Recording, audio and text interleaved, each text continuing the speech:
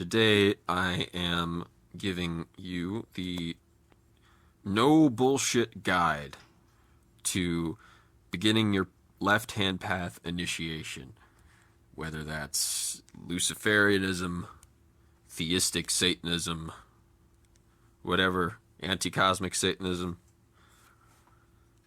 This is the starting point for any left hand path practice. So I have these books mostly because these are the first two you're going to pick up. I guarantee it. You already own this one. And you can come back to this one, I think, later for some valuable insights. But for the time being, we are going to put this to the side, as well as this book. As much as I sincerely respect Michael W. Ford's work, as you can see from my 3-part series on Black Funeral. This book will mostly confuse you as a beginner. I don't mean that in like some sort of demeaning way. I just mean it's very long-winded, and while it's not a bad book for the beginner, I would say it's also not ideal. And the truth is, most Satanist literature is not going to be what you want to start with. This pile right here, as you may have guessed, is what we're starting with. First, you need to completely change and rewire your brain, okay? And that's essentially the beginning steps in initiation into Hermetics. You're going to be, first of all, you're going to change your brain patterns through meditation. People give me shit for calling people mundanes, TikTok brain, whatever. When I talk about that, what I'm saying is, it's like people who don't have, the attention span for occultism anyway. Of course they are going to feel, experience, and see nothing from it. This book will give you a basic guide on some meditative principles, as well as essentially you're going to need to list out all your characteristics and understand your flaws as a person, and somewhat iron those out through your meditation and through the practices therein. After that, you're going to be heightening your spiritual senses and learning how to manipulate energy. This is the fundamentals of magic. Before you can do anything else, you need to be able to do these things. Now, personally, before I read this book, I had already done a lot of this stuff from the Joy of Satan meditations page, and that site, while I'm not a fan of much of its teachings, as I have said many occasions, was a decent starting point. Another thing you can do in this early stage that isn't in this book is opening your chakras, learning to project energy from those, and learning how to use these principles as well as the elements will lead you into about like quarter halfway into the book, where you will have to start summoning spirits, working with your guardian angel, working with spirits of the dead.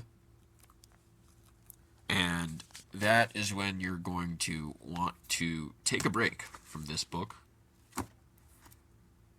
and start with this. This one's for later. And these. the key of Solomon, the key, and the lesser key of Solomon. So, what you're going to want to do before summoning any spirits, before doing any kind of magic, is you're going to want to come up with a craft name that you keep secret and tell nobody.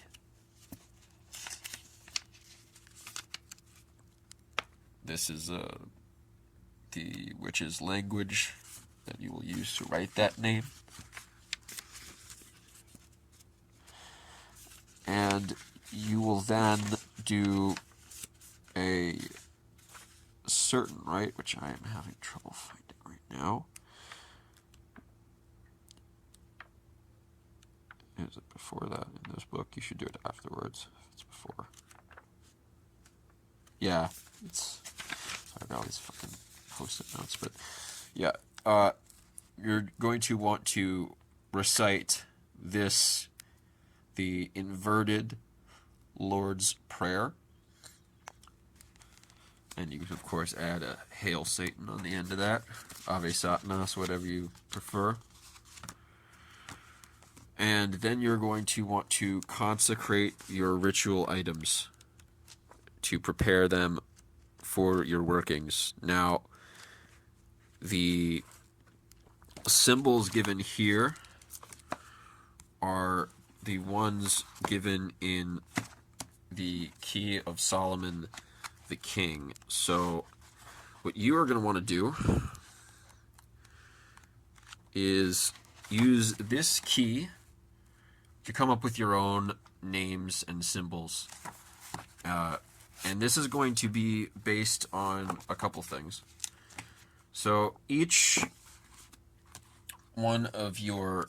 Well, okay, so you see this image here, right? We've got the 4 elements as well as spirit, right? So we have our ritual tools.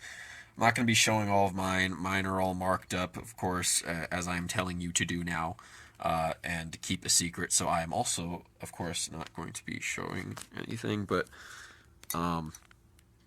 this is my athame covered up, and this is my cauldron. I can also show my thurible here. So the athame, as well as the wand. The athame and the wand are representative of the male principle. Obviously, they're rods, they're big sticks, they're dicks, of course. And then anything like this, with the bowl, that's the feminine, that's the pussy, right? And each one is corresponding to an element. The athame is typically air. The thurible is typically fire. Then you have the chalice, the goblet, the cup, which is of water.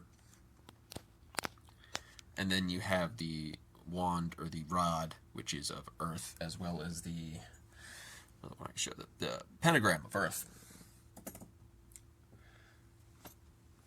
And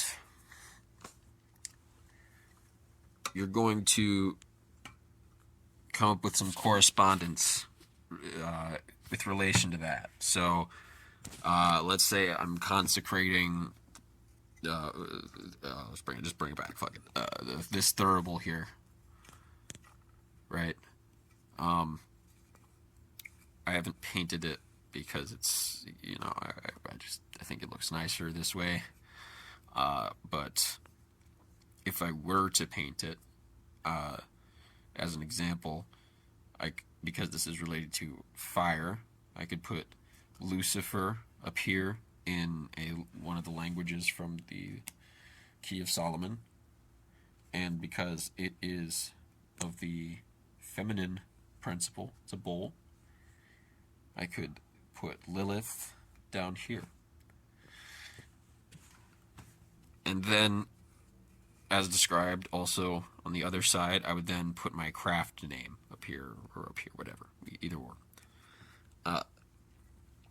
And you're going to want to do that for all of your ritual items with the mixture, the herbal water, herbs with water mixture that I still have here. All the water is like evaporated. As well as the incense, the herbal incense for consecration here. The consecration of salts and water. You're going to want to do all of that as described in Mastering Witchcraft. And once you have consecrated all of your ritual items, you are now ready to begin working with Lucifer, demons, so on and so forth. Now, because you're halfway through initiation into Hermetics, right? These are going to be subtle manifestations. You are not ready for, some sort of insane astral projection experience. Unless you are. Unless, you just get thrust into that anyway. But what you're going to want to begin with is a basic evocation. Now, evocation is summoning to a surface, such as a speculum. And you are going to, inside of the ball, like literally inside of it, you will focus your eyes, specifically focusing your third eye while staring directly into the center. You see there's like this center point of the speculum, and with the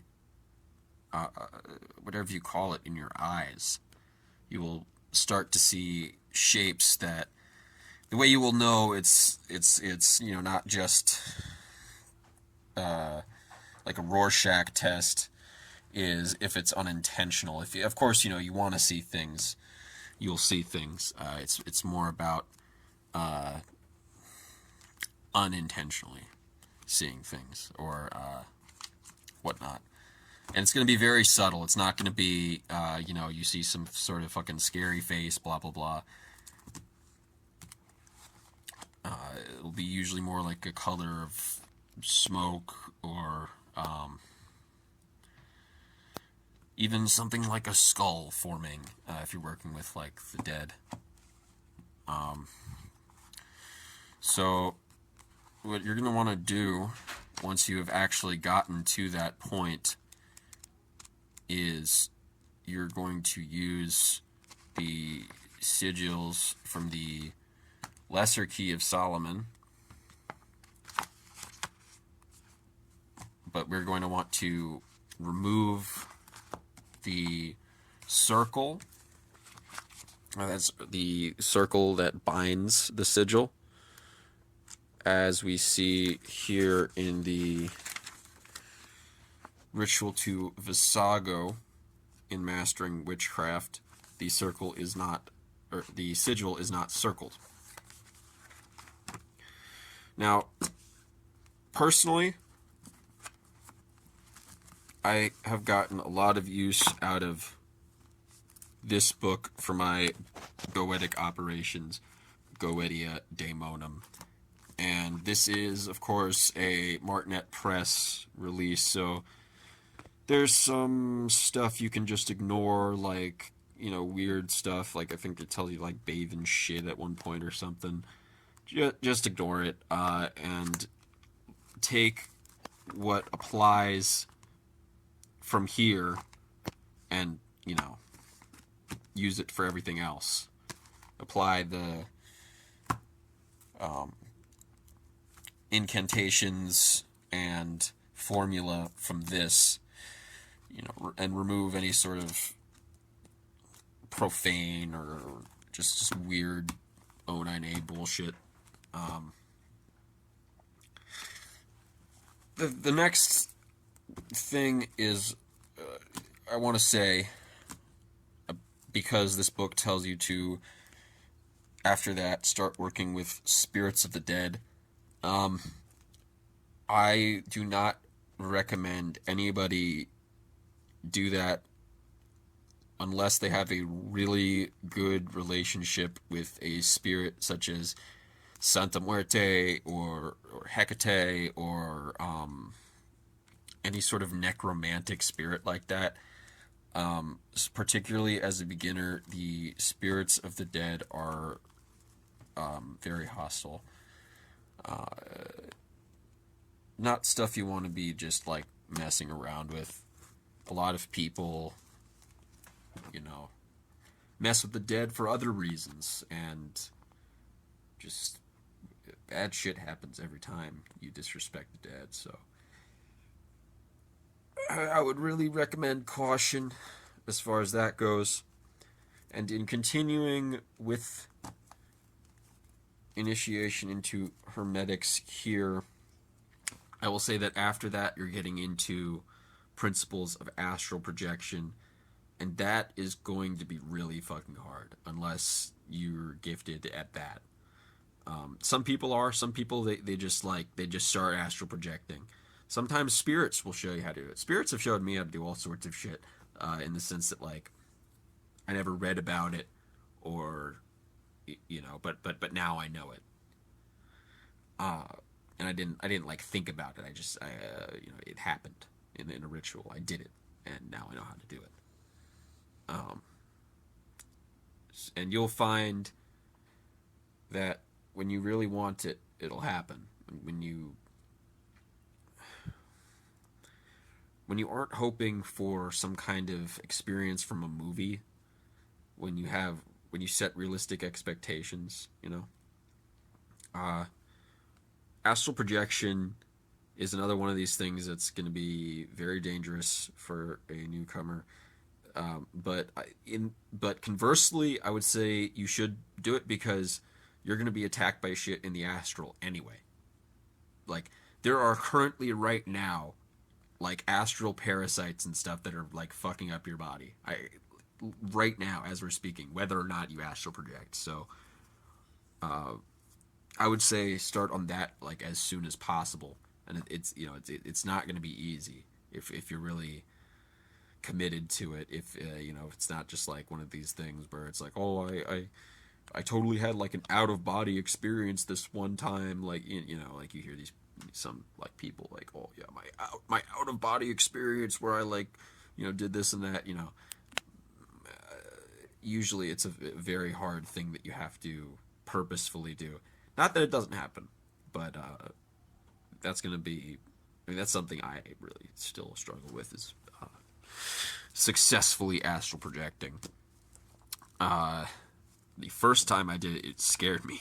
So be ready for like the sensation of like hovering over your body or whatever to be really like strange. I like fell right back into my body as soon as I like saw my ceiling fan at the time. I was worried I was gonna be like crushed into bits by the ceiling fan or something. Uh, so it's a very subtle thing. Something it doesn't say in this book that I would recommend is actually mastering lucid dreaming first. Lucid dreaming is pretty hard to do, but it's much easier to do than astral projection. And if you just want if you're like literally just like you just want the experience of like flying around and being able to like do whatever you want. I feel like for some people like literally they're just like me included, like at first as a youngster, just like in awe of this idea of like, ooh, I can like fly around and create worlds. It's much more dangerous to do that in the astral, and it's much easier to do it in lucid dreams. So I would start with lucid dreaming first before you get into the astral projection stuff in this book. But astral projection will be an important skill to learn, especially when you start doing invocations, because you're inviting a spirit into your body. So it's unless you want two spirits in your body at the same time. You know, you should master that as well. Not that there's not that you can't do that, but you know. Anyway, that I would say covers the beginning. Anything after that is intermediate, safe to say. So, yeah. Vergal, tie kos, somdos, azarate, hail chaos.